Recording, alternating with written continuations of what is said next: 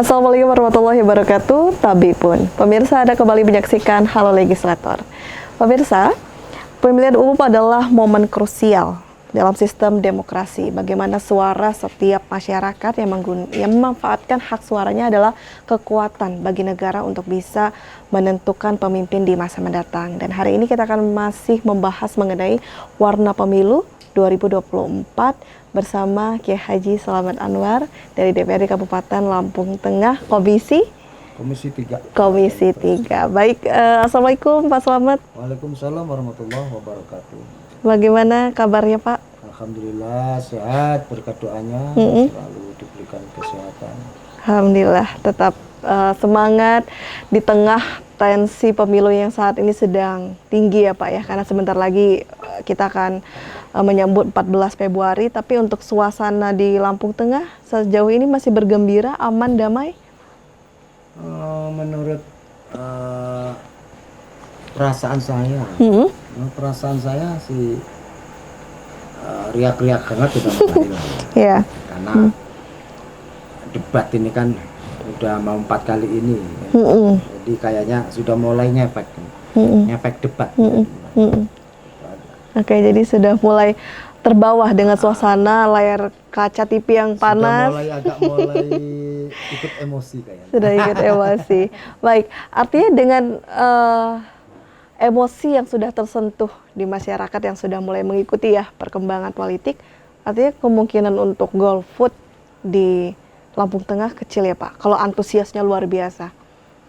Ya, saya ulangi kalimat saya, redaksi saya, artinya emosi-emosi positif ya, bukan emosi yang kemudian menjadi apatis ya. Tapi menurut saya kayaknya untuk golput ini paling sekitar sekitar 5% aja, 5-10%. Bahkan 5%. Sangat sedikit dari perkiraan Pak Selamat. Mengapa nih Pak? Kalau melihat kenapa begitu masyarakat persentase golput di Lampung Tengah itu kecil? Apakah literasi politiknya memang sebaik atau apa? Ternyata tahun demokrasi atau politik ini kan sekarang ini bagian daripada hiburan orang-orang. Hiburan.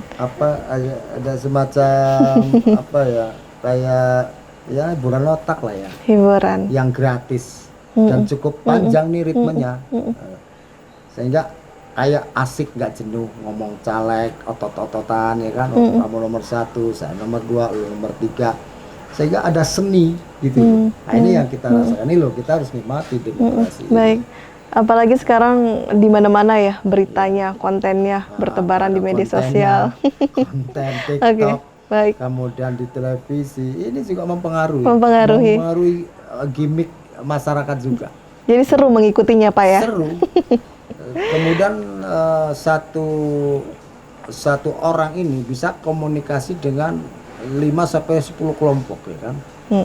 Kelompok sepak bola, kelompok anak-anak, kelompok lansia, dan semua orang itu dari semua tingkatan sosial ngomong politik dan sok tahu semua. Oke, sok tahu semua. Seakan paham semua ya Pak ya. Paham semua. Artinya ada keunikan tersendiri ya pemilu 2024 dengan pemilu sebelumnya seperti dari 2014 sampai 2019. Ya, menurut saya ada keunikan sendiri karena adanya teknologi yang canggih ya kan. Ditopang dengan HP, WA, TikTok dan lain sebagainya. Kemudian orang juga ngomongnya walaupun nggak kontrol tapi lucu di situ. Ini luar biasa. Iya. Itu bisa berangkat dari karena pemilih 2024 ini juga didominasi dengan pemilih pemula nggak Pak? Banyak anak-anak muda nih, jadi ramai terkesan ya. Termasuk didominasi oleh pemula sehingga orang namanya pemula ya kan. Jadi ngomongnya juga tidak seperti orang tua. Dia lebih keras, lebih agresif, lebih produktif ya kan. Nah kalau orang tua kan sederhana. Bapak nomor berapa Pak? Gua mah nomor berapa aja. Nggak penting katanya. Nah yang penting apanya? Yang penting siapa yang datang dari saya pagi-pagi untuk ungkus berangkat. Nah, repot juga ini. Ada lagi yang cuma dikasih kaos senangnya nggak karu-karuan. Itu kalau yang di tingkatan agak ini ya tua lah ya, nggak penting-penting amat. Tapi kalau karena ini banyak didominasi anak-anak muda, gadget ininya ramai, makanya ya ikut mewarnai, Baik. dunia Mewarnai, politik. menjadi ramai dengan sudut pandang dari anak muda. Artinya anak muda ini ada potensi. Tapi kalau anak muda menjadi pemimpin negara, potensinya bagus tidak kalau dari kacamata Pak Slamet?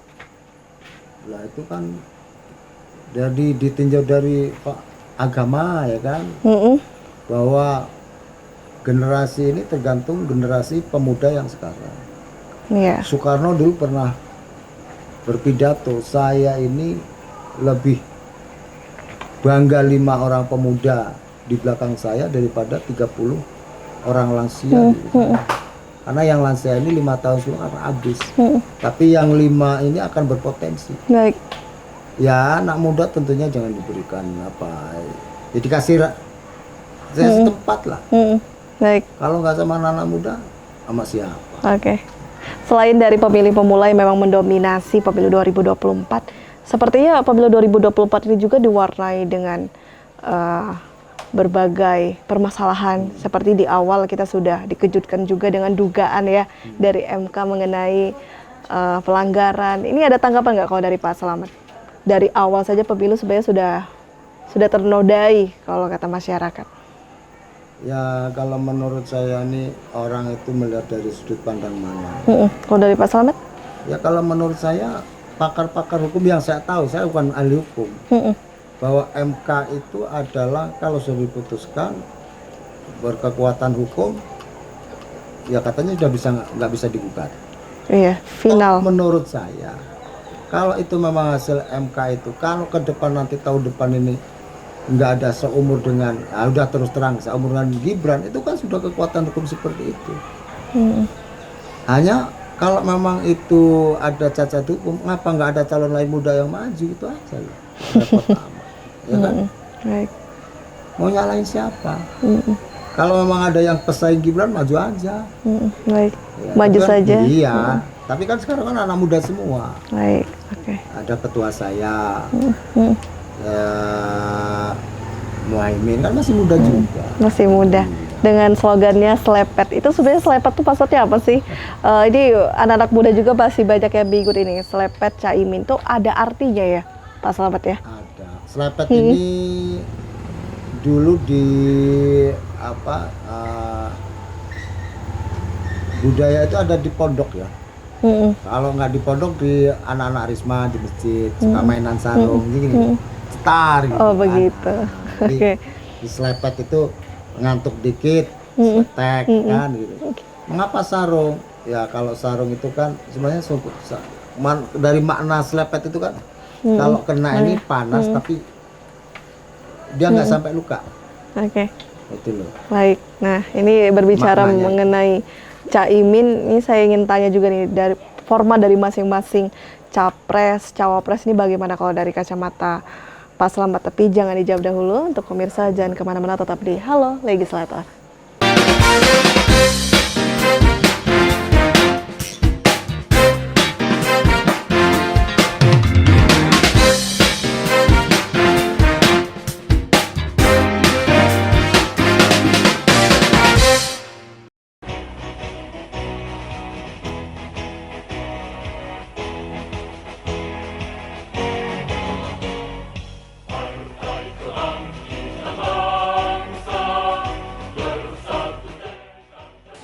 Assalamualaikum warahmatullahi wabarakatuh.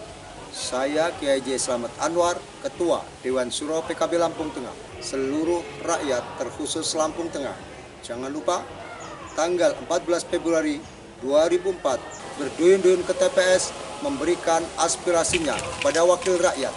Jangan lupa saya Kiai Haji Slamet Anwar, nomor urut 2 PKB Dapil 5. Wallahu muwaffiq lahu min thoriq. Assalamualaikum warahmatullahi wabarakatuh.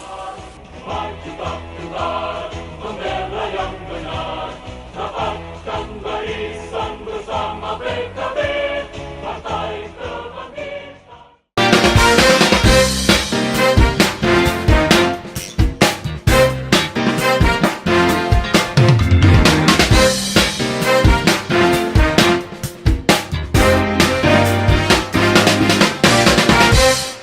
Terima kasih pemirsa ada kembali menyaksikan Halo Legislator. Baik, Pak Slamet menyaksikan ya dari debat pertama sampai debat 2, debat 3. Ini kalau melihat dari seluruh debat sudah mulai terlihat substantif atau masih normatif kalau dari kacamata Pak Slamet? Kalau menurut saya masih normatif. Masih normatif bahkan. Dari seluruh capres, cawapres? Dari seluruh capres. 01, 02, 03? 01, 02. Karena dia terpancing dengan kepentingan pribadi sehingga emosional di situ. Baik. Dia tidak mengedepankan program-program visi misinya. Gitu. Baik, bahkan untuk 01 juga meskipun dari partai PKB ya? Iya, gimana? Karena terbangun dengan sendirinya ya kan. Oke.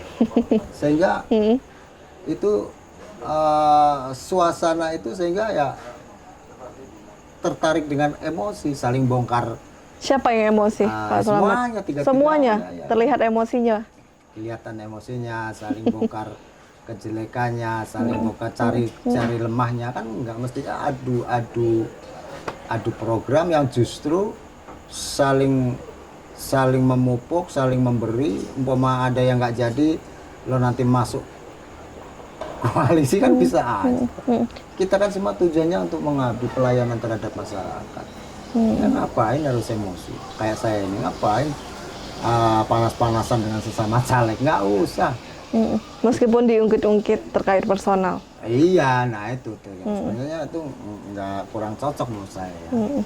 Kemudian kalau dengan data-data pertahanan negara yang katanya itu sifatnya adalah rahasia negara, itu kalau dari menurut Pak Slamet itu bisa dikatakan rahasia negara atau bukan? Itu kan sempat disinggung juga bahwa dari 03, 01 dengan menggunakan istilah pengeroyokan terhadap 02. Nah itu makanya saya katakan itu tiga-tiganya itu masih kepancing sehingga normatif. Saya tidak akan kemudian melihat gagasan. Iya, kemudian saya tidak akan kepancing kemudian saya ini dari 01 nanti kejebak pertanyaan ini enggak. Ya. Baik. Yang ditanyakan tadi masalah apa tadi rahasia negara. Ya kan dari semua secara nasional juga tahu toh. Sebenarnya sudah tahu. Alasannya waktunya nggak cukup ya kan. Ya sudah selesai. Sudah selesai. Gitu. Maka harapannya untuk debat selanjutnya apa yang diharapkan? Yang saya harapkan ini kan besok ini masalah lingkungan hidup dan sebelum tahu temanya ya. Yang jelas yang saya harapkan itu bagaimana kebijakan-kebijakan presiden ini betul-betul membawa aspirasi rakyat kecil. Membawa aspirasi rakyat kecil sejahtera. Baik. Yaitu kalau rakyat itu kan sepenting cari kerjaan gampang, cari makan mudah, kemudian kenyamanan kemana-mana aman. Itu aman. aja. Rakyat kecil ini siapa saja nih? Kelompok-kelompok apa saja ini? Ya, kelompok seperti rakyat kecil ya yang berpenghasilan 5 juta ke bawah dah. Kalau yang 10 juta ke sana mah nggak ngurus. Oke, parameternya dari gaji ya? Iya, dari yang pendapatan per bulannya itu 5 sampai 6 juta lah. Tidak ada profesi tertentu yang spesifik? Enggak. Tidak ada ya? Tapi harus memperhatikan rakyat kecil. Itu perhatikannya itu. Bagaimana ini yang bisa sejahtera rakyat. Itu aja. Mulai dari guru. Ya pokoknya golongan-golongan yang pendapat seperti itu kan. Oke. Gitu. Baik, tapi bukan berarti guru gajinya kecil ya? Ya. Ya maksudnya yang golongannya. Golongannya ada gaji 6 juta. Kalau rakyat kayak di petani ini kan. Pendapatannya kita total per bulan kan paling cuma 2-3 juta, nggak dapat di petani. Padahal yang terbesar nih rakyat Indonesia adalah petani. Pendapatan 3 juta. Baik. Kalau dari kacamata Pak Slamet sendiri sebenarnya pengaruh debat ini bagi pemilih itu besar nggak? Apakah bisa sudah memilih misalnya 01 terus setelah nonton debat bisa pindah ke 02? Kalau dari mungkin dari pengalaman ya. Saya cek ombak sudah di bawah cek ini, hanya nggak ngaruh loh. Tidak ngabisin ngaruh duit debat itu. Baik, ini secara realita di lapangan tidak berpengaruh. Hanya menjadi hiburan saja. Hiburan aja, mungkin di tingkat tertentu aja di tingkat intelektual ya, yang memang belum menentukan pilihannya. Itu mungkin. Yang sudah punya pilihan tidak akan berubah. Tidak akan berubah. Apalagi maaf ngomong nih, apalagi kita ini di Indonesia ini kan dipengaruhi dengan aturan partai politik. Yang udah ke partai politik yang 01, 02, 03 nggak bisa. Mau lihat debatnya tuh, ini debat saya nih, saya ngeliat di 03 ini bagus bener.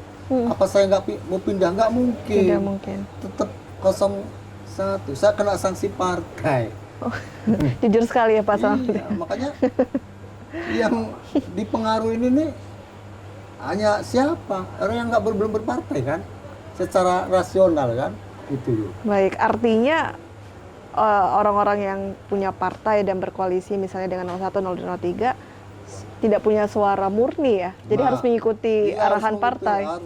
Seperti kondisi Pak Slamet sekarang berarti. Oh iya dong. Sebenarnya tidak mau 01 begitu. Ya, enggak gitu. Enggak juga. Nah ini termasuk pertanyaan yang nohok kan. Oke, terlepas dari arahan partai Nah, tapi kalau tetap alasan saya gini. Bagaimana? Saya ini kan orang NU. Iya. Saya ini orang NU. Saya melihat Caimin ini satu, beliau ini keturunan pendiri Nahdlatul Ulama, itu aja. Kalau ada teman-teman saya yang nggak serujuk, nggak sepaham, nggak sepemikiran dengan saya, monggo. Tapi saya, walaupun bukan partainya PKB umpamanya ya, saya tetap milih Caimin. Tetap milih Caimin. Karena garis emosionalnya, saya ini dari kecil di NU.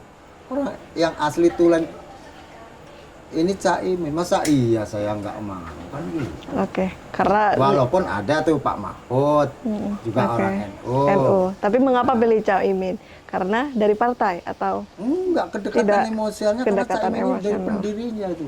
Cara apa ya? Kalau pohon ini nggak beda jauh dari buahnya ya kan? Pohon asalnya. Itu aja. pohon asal ya. Oke. Baik, jadi dari identitasnya, latar belakangnya ya, bukan dari program yang dibawa oleh Caimin. Ya iya program juga. Program juga bagus Kan ada ya. saling-saling mengisi toh dengan Pak Anies. Pak Anies kan juga sudah terbukti di Jakarta juga.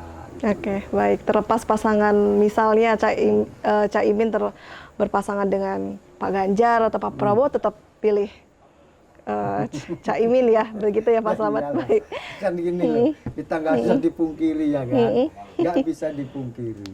Oke. Ini satu aturan partai itu juga. Itu yang paling pertama Itu berarti. yang paling pertama, bohong itu orang-orang berani nggak tuh? Saya jujur ini live loh ya, gitu ya. Oke, baik, Enggak, luar biasa. Loyalis, militan juga itu juga dipertanyakan. Oke, saya apresiasi kejujuran Pak Slamet malam ini. Nanti kita lanjutkan kembali perbincangan kita, dan untuk pemirsa jangan kemana-mana, tetap di Halo Legislator.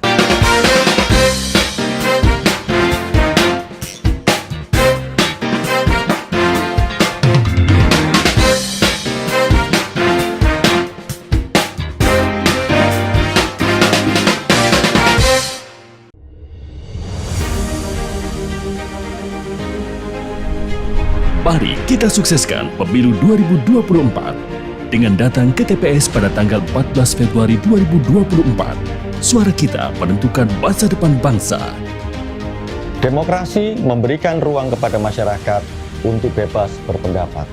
Menumbuhkan sikap kritis adalah bagian dari pendidikan politik masyarakat. Demokrasi sejatinya adalah persaingan sekaligus berjalan beriringan sesama anak bangsa. Mari kita berpartisipasi, jangan golput, gunakan hak suara kita dalam pemilu 2024. Karena udah didaftar ya nyoblos lah. Nyoblos dong. Jangan golput. Jangan golput. Jangan golput ya. Gunakan hak pilih kamu, jangan golput ya. Jangan golput, gunakan hak pilih Anda.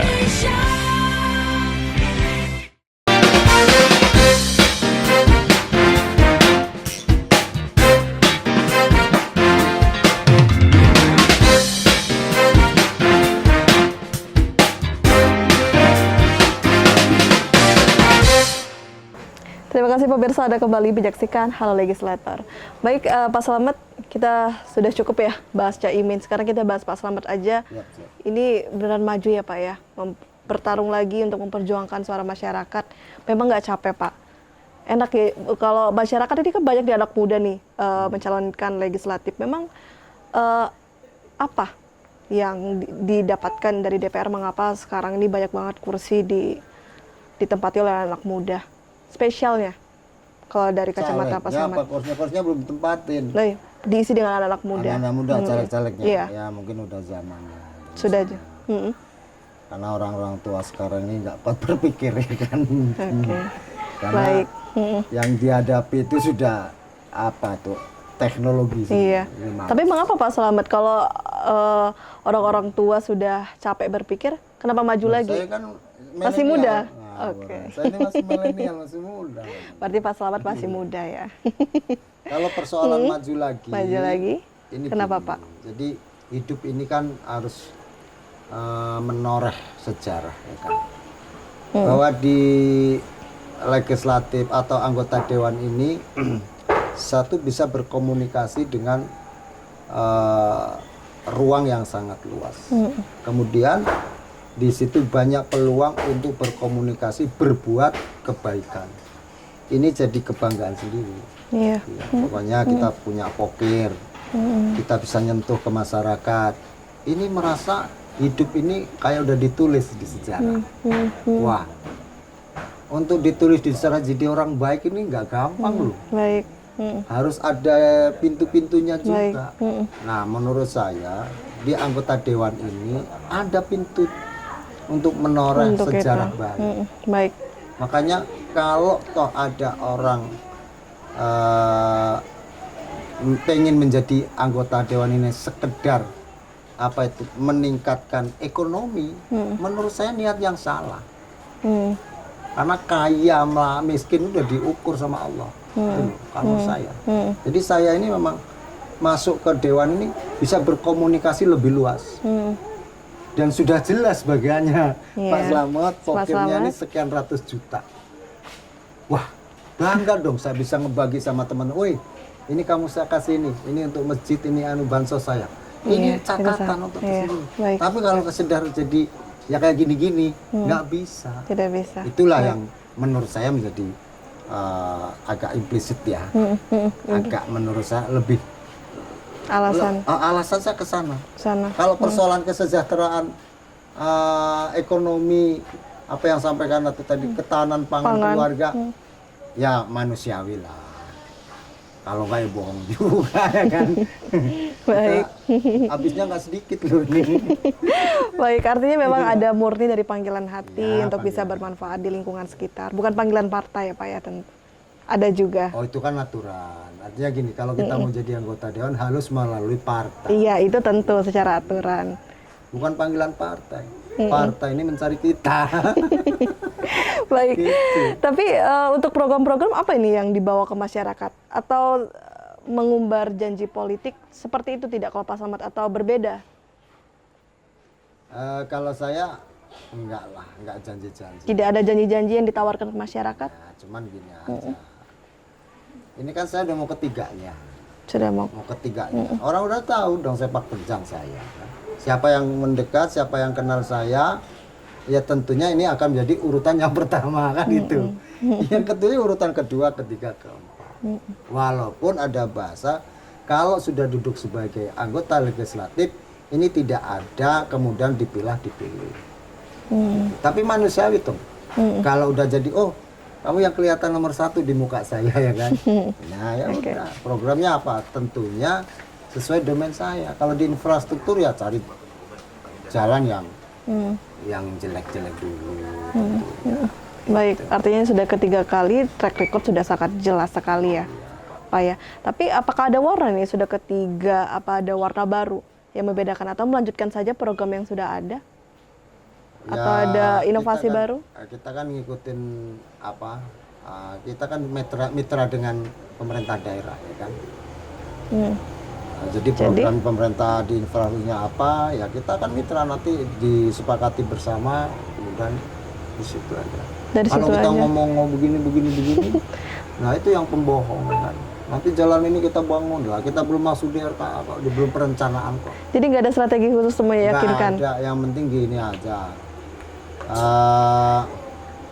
Saya kalau memang masyarakat percaya dengan saya, aspirasi Bapak ini mau dipercayakan sama saya, diamanatkan ke saya. Kalau dipercaya, saya bilang alhamdulillah. Saya nggak minta amanat, tapi kepentingan Bapak apapun ya kan, yang sifatnya apa ini politik, kebijakan apa, ya tinggal kita bareng-bareng apa yang bisa kami bantu.